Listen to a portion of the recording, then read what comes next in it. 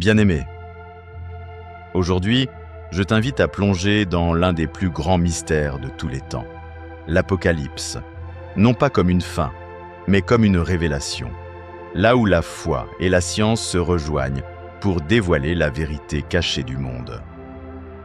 Ce mot, souvent associé à la peur, ne signifie pourtant pas la destruction, mais la révélation, une levée du voile sur ce qui était caché. Et si cette révélation n'était pas seulement spirituelle, mais aussi, dans une certaine mesure, scientifique. Depuis toujours, l'humanité scrute les cieux, à la recherche de signes. Les tremblements de terre, les guerres, les étoiles qui s'éteignent, les mers qui débordent. Autant d'événements que les Écritures ont annoncés. Le livre de l'Apocalypse parle de fléaux, de trompettes, de sceaux ouverts un à un et de cavaliers traversant la terre. Mais derrière ces symboles terrifiants se cache un langage codé, un message spirituel. Car Dieu ne cherche pas à effrayer, mais à réveiller. Les prophéties sont comme des miroirs. Elles reflètent l'état du monde et parfois l'état de notre âme. Regarde, la Bible dit « Le soleil s'obscurcira, la lune ne donnera plus sa lumière ». Pendant des siècles, ces mots semblaient poétiques. Mais aujourd'hui, la science sait que le soleil, un jour, épuisera son hydrogène et s'éteindra lentement, emportant la terre dans sa fin.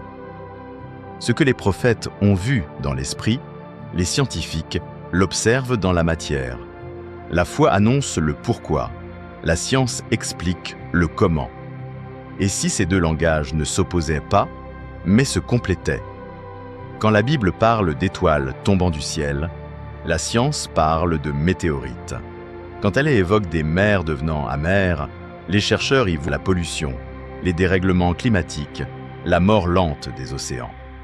L'Apocalypse n'est pas seulement un futur lointain, c'est aussi une vérité progressive qui s'accomplit sous nos yeux. Et pourtant, au-delà des catastrophes, il y a une autre révélation, celle de l'amour de Dieu au milieu du chaos. Car à chaque page du livre, entre les jugements et les symboles, revient ce message. Voici, je fais toutes choses nouvelles. L'Apocalypse n'est pas seulement la fin du monde, c'est le commencement d'un monde purifié. Un monde où la science, purifiée de l'orgueil, et la foi, purifiée de la peur, se rejoignent dans la vérité. Alors, bien-aimé, n'écoute pas l'Apocalypse avec crainte, mais avec espérance.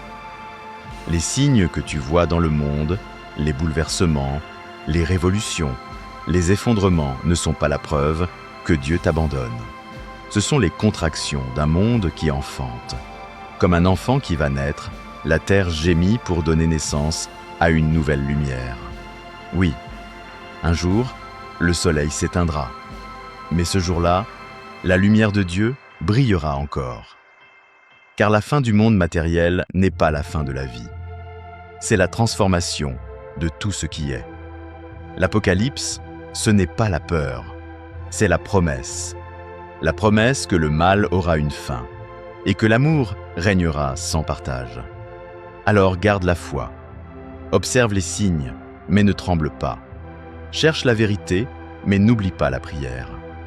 Car le plus grand mystère de l'Apocalypse, ce n'est pas la destruction, c'est la révélation du royaume en toi. Que la paix du Christ te garde, que sa lumière éclaire ton intelligence et que ton cœur demeure ferme jusqu'au jour où le voile se lèvera et que tout deviendra clair. Amen.